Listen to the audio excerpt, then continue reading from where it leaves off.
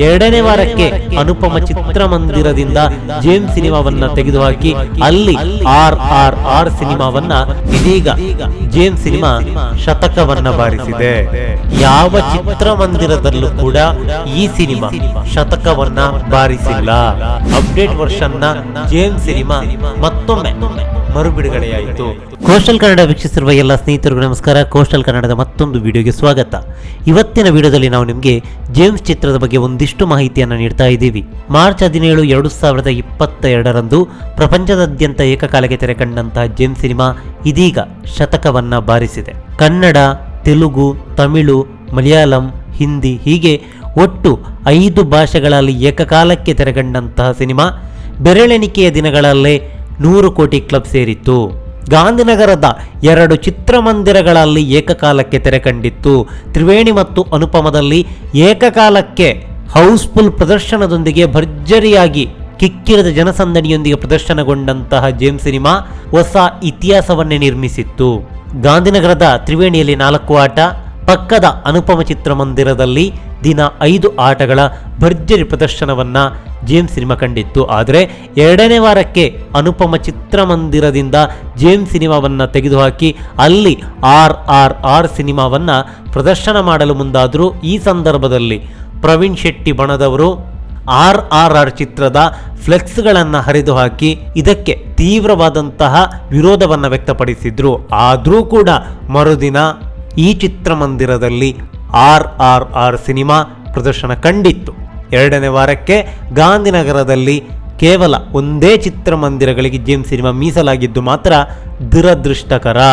ಹೀಗೆ ತ್ರಿವೇಣಿ ಚಿತ್ರಮಂದಿರದಲ್ಲಿ James cinema 32 ದಿನಗಳ ಭರ್ಜರಿ ಪ್ರದರ್ಶನವನ್ನು ಕಂಡಿತ್ತು.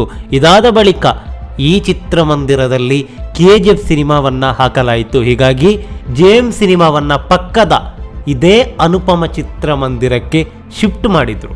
ದಿನ 4 ಆಟಗಳಲ್ಲಿ ಅನುಪಮ ಚಿತ್ರಮಂದಿರದಲ್ಲಿ ಜೇಮ್ಸ್ ಸಿನಿಮಾ ಪ್ರದರ್ಶನ ಕಂಡ್ರೆ ರಾತ್ರಿ 10 ಗಂಟೆಯ ಪ್ರದರ್ಶನದಲ್ಲಿ KGF ಸಿನಿಮಾವನ್ನ ಅನುಪಮ ಚಿತ್ರಮಂದಿರದಲ್ಲೂ ಕೂಡ ಪ್ರದರ್ಶನ ಮಾಡಲಾಯಿತು. ಅದೇನೇ ಇರಲಿ, ಇವೆಲ್ಲದರ ಮಧ್ಯೆ ಇದೀಗ ಜೇಮ್ಸ್ ಸಿನಿಮಾ ಶತಕವನ್ನ ಬಾರಿಸಿದೆ. ಈಗಾಗಲೇ ಅಪ್ಪು ಅವರ ಅಭಿಮಾನಿಗಳು ಈ ಚಿತ್ರದ 100ನೇ ದಿನದ ಪೋಸ್ಟರ್ ಅನ್ನು ಕೂಡ ಸಿದ್ಧ ಮಾಡಿದ್ದಾರೆ. ಹಾಗಂತೇಳಿ ಈ ಸಿನಿಮಾ ಯಾವ ಚಿತ್ರಮಂದಿರದಲ್ಲಿ ಶತಕವನ್ನು ಬಾರಿಸಿದೆ ಅಂತ ಕೇಳಿದರೆ ಉತ್ತರವಿಲ್ಲ. ಯಾಕಂತೇಳಿದರೆ ಈ ಸಿನಿಮಾ ಯಾವ ಚಿತ್ರಮಂದಿರದಲ್ಲಿ ಪ್ರದರ್ಶನ ಕಾಣ್ತಿದೆ ಅಂತ ನಾವು ನೋಡಿದರೆ ಬೆಂಗಳೂರು, ಮಂಗಳೂರು, ಮೈಸೂರು, ಬೆಳಗಾವಿ, ಬಳ್ಳಾರಿ ಹಾಗೆ ಅಪ್ಪು ಸರ್ ಅವರಿಗೆ ಅತಿ ಹೆಚ್ಚು ಅಭಿಮಾನಿ ಹೊಂದಿರುವಂತಹ ಹೊಸಪೇಟೆಯಲ್ಲೂ ಕೂಡ ಜೇಮ್ಸ್ ಸಿನಿಮಾದ ಪ್ರದರ್ಶನವಿಲ್ಲ. ಯಾವ ಚಿತ್ರಮಂದಿರದಲ್ಲೂ ಕೂಡ ಈ ಸಿನಿಮಾ ಶತಕವನ್ನು ಬಾರಿಸಿಲ್ಲ. ಅದೇನೇ ಇರಲಿ, ಈ ಸಿನಿಮಾಗೆ ಸಿಕ್ಕಿರುವಂಥ ರೆಸ್ಪಾನ್ಸ್ ಅಪ್ಪು ಅವರ ಅದು ಯಾವ ಸಿನಿಮಾಗೂ ಕೂಡ ಸಿಕ್ಕಿರಲಿಲ್ಲ.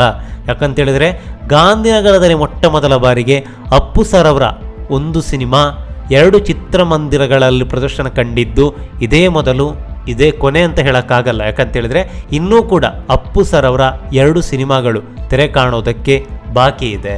ಬಹುಮುಖ್ಯವಾಗಿ ಈ ಚಿತ್ರದ ಅಪ್ಪು ಅವರ ಪಾತ್ರಕ್ಕೆ ಶಿವಣ್ಣ ಅವರು ಡಬ್ಬಿಂಗ್ ಮಾಡಿದರು. ಮೊದಲ ಒಂದಿಷ್ಟು ವಾರಗಳ ಕಾಲ ಶಿವಣ್ಣನ ವಾಯ್ಸ್ನಲ್ಲೇ ಅಪ್ಪು ಸರ್ ಅವರನ್ನ ನಾವು ಕಾಣಬೇಕಾಗಿತ್ತು. ಆದರೆ ಒಂದಿಷ್ಟು ವಾರಗಳ ಬಳಿಕ ಅಪ್ಪು ಸರ್ ಅವರ ಧ್ವನಿಯನ್ನೇ ಈ ಚಿತ್ರದಲ್ಲಿ ಬಳಕೆ ಮಾಡಲಾಯಿತು. ಅಪ್ಡೇಟ್ ವರ್ಷನ್ನ ಜೇಮ್ಸ್ ಸಿನಿಮಾ ಮತ್ತೊಮ್ಮೆ ಮರುಬಿಡುಗಡೆಯಾಯಿತು. ಒಂದಿಷ್ಟು ಚಿತ್ರಮಂದಿರಗಳಲ್ಲಿ ಈ ಸಿನಿಮಾ ಪ್ರದರ್ಶನ ಕಾಣ್ತಾ ಇತ್ತು. ಆದರೆ ಆ ಚಿತ್ರಮಂದಿರಗಳಲ್ಲೆಲ್ಲ ಮರುದಿನ ಅಪ್ಪು ಸರ್ ಅವರ ವಾಯ್ಸ್ ಕೇಳಲಾರಂಭಿಸಿತು.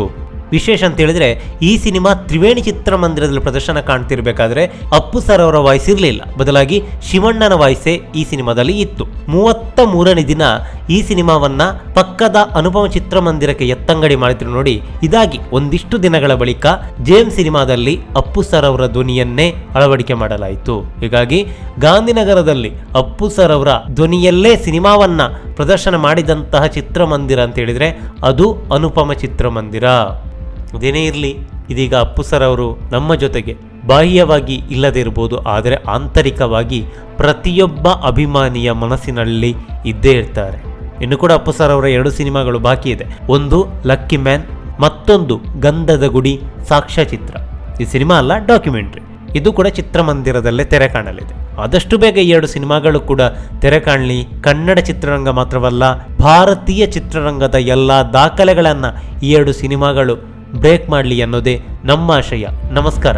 ಇದೀಗ ಜೇಮ್ಸ್ ಸಿನಿಮಾ ಶತಕವನ್ನ ಬಾರಿಸಿದೆ. ಅಪ್ಡೇಟ್ ವರ್ಷನ್ನ ಜೇಮ್ಸ್ ಸಿನಿಮಾ ಮತ್ತೊಮ್ಮೆ ಮರುಬಿಡುಗಡೆಯಾಯಿತು.